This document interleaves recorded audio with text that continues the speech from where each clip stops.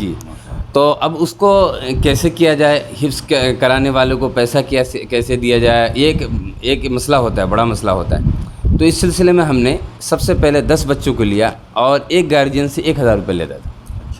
اور وہی پیسہ جو ہے مہینے میں 10,000 روپیہ ہو گیا، اسی 10,000 روپیہ کو ایک استاد کو دے دیتا تھا. کھانا پینا وہ جو 10 بچے ہیں انہی کے گھر میں باری باری پالی جس کو کہتے ہیں وہ لگوا دیا تھا. تو الحمدللہ وہاں چل رہا تھا. تقریباً بچے کا اسکول کی تعلیم میں کوئی خلل نہیں ہوتا. نہیں، کوئی خلل نہیں، کوئی خلل نہیں. الحمدللہ ہمارے دینیات مکتب سے گرام بازار سے پڑھے ہوئے بچے نیٹ میں بھی نکالے، انجینئرنگ میں بھی نکالے. وہ بچے جو دینیات مکتب میں ٹاپ لیول پہ تھے الحمدللہ وہ اسکول میں بھی ٹاپ ہیں. میں ان کے نام تک گنوا سکتا ہوں. تو اس کا ہم لوگوں کا تجربہ ہے، ایکسپیرینس ہے کہ آج اگر تھوڑا سا کوئی یونٹ ٹیسٹ ہو گیا، ہاف ایئرلی ایگزام ہو گیا، تو بچوں کو ہفتہ دن مہینہ دن پہلے ہی سے مکاتب چھوڑوا دیتے ہیں، مکتب کی تعلیم کو یہ روک دیتے ہیں. یہ بالکل غلط ہے. یہ ایسا ہو ہی نہیں سکتا ہے کہ آپ 1 گھنٹہ اپنے بچوں کے لیے قرآن پاک کی تعلیم کے لیے، اسلامی تعلیم کے لیے نکالیں اور آپ کے بچے اسکول میں کمزور ہو جائے. ایسا کبھی نہیں ہو سکتا ہے. آج کل یہ ایک ٹرینڈ چل رہا ہے. جی سنیے، کوئی اپنے بچوں کو اسکول میں بھیجتا ہے. جی ہم بھی ایسا کرتے ہیں. وہ اسکول میں بھیجتا ہے، اسکول جانا پڑتا ہے 7 بجے 6 بجے اسکول میں. وہ لوگ سوچتے ہیں کہ مکتب پڑھنے کا ٹائم نہیں ہے. جی جس کو آپ کیا کہتے ہیں، آج کل تو ایسا ہی ہو رہا ہے. جی جی مکتب سے بہت سارے لوگ بچے مکتب جی سے دور ہیں. ہمارے جو ہے دینی تعلیم بورڈ نے، جمیعت علماء نے ایک مثالی مکتب قائم کیا ہے. ایک مثالی جو ہے منظم مکتب کر کے ایک سسٹم چلا رہا ہے. اب تو اس کے بارے میں معلوم ہے، ہم نے اس پہ ورکشاپ بھی کیا، آپ بھی ساتھ میں تھے. ایسا مکتب قائم کر رہے ہیں کہ 1 گھنٹے کا مکتب، 1 گھنٹے کا صبح ہو یا شام ہو یا دن میں کسی بھی ٹائم میں ہو، ایک ٹائم مقرر کر لیا جائے اور ایک جگہ ٹھیک کر لیا جائے. اس کو ایک دم اسکول کی طرح، بالکل اسٹینڈرڈ طریقے سے، پرائیویٹ اسکول کی طرح چلا. ہاں بالکل منظم ہو، سسٹمیٹک ہو. یہ چلا رہے ہیں 1 گھنٹے کا. اس کے بارے میں آپ کیا کہیں؟ نا ماشاء اللہ اس کے بارے میں تو ہم لوگ بہت پہلے سے آواز لگا رہے ہیں. اور میں نے آپ کو کہا کہ دینیات فائن ٹچ جو ممبئی والے ہیں وہ آج سمجھ لیجئے 10-20 سال سے اس پر کام کر رہے ہیں. 2013 سے ڈبروگڑھ اور تنسیکیا میں اس پر ہم لوگ کام کریں. ان کا صرف اور صرف ٹارگیٹ، یعنی مین ٹارگیٹ اسکول کے بچے ہیں. کہ اسکول کے اندر آج کل ایسا نظام ہے کہ اسکول، پھر اسکول سے آنے کے بعد ٹیوشن، پھر یہاں تک کہ سنڈے کے روز بھی سنڈے کلاس ان کا ہے. تو اب ان کے لیے ٹائمنگ نہیں. اگر ہم مکتب کو صرف فجر کے بعد چلائیں یا صرف عصر سے مغرب تک چلائیں تو بہت سارے ایسے بچے ہیں جو اسکول اور ٹیوشن کے بہانے سے مکتب نہیں آ پائیں گے. اس کے لیے الحمدللہ جمعیت نے بھی یہ لیا ہے اور آسام دینی تعلیم بورڈ نے بھی اس کے لیے الحمدللہ فکر لی ہے کہ مکتب ہمارا پورا دن کھلا رہے اور پورے دن کے اندر لگنے سے رات 10 بجے رات تک مکتب کھلا رہے. کوئی بچہ اگر عشاء کے بعد وقت دینا چاہے تو عشاء کے بعد بھی وقت دے، عصر کے بعد وقت دینا چاہے تو عصر کے بعد چند بچوں کو تشکیل کر کے شفٹ بنا لیں، مغرب کے بعد بنا لیں یا یہ 2 بجے سے بنا لیں. اسی مرزا باغ میں جہاں سے آپ بات کر رہے ہیں ہمارا دینیات مکتب آج 6-7 سال سے چل رہا ہے. میں نے دیکھا ہے. ہاں تو فجر کے بعد بھی چلتا ہے الحمدللہ، دوپہر میں بھی چلتا ہے، 4 بجے بھی چلتا ہے، عصر کے بعد بھی چلتا ہے الحمدللہ، کبھی کبھی مغرب کے بعد بھی چلتا ہے. گرام بازار مسجد میں مغرب کے پورے ایک استاد یا 2 استاد ان کو مقرر کر دیا، جی بچوں سے پیسہ لیا، جی بچوں سے فیس لیا، جی جی 100-200 جتنا ہو سکے بچوں سے پوچھ لیا.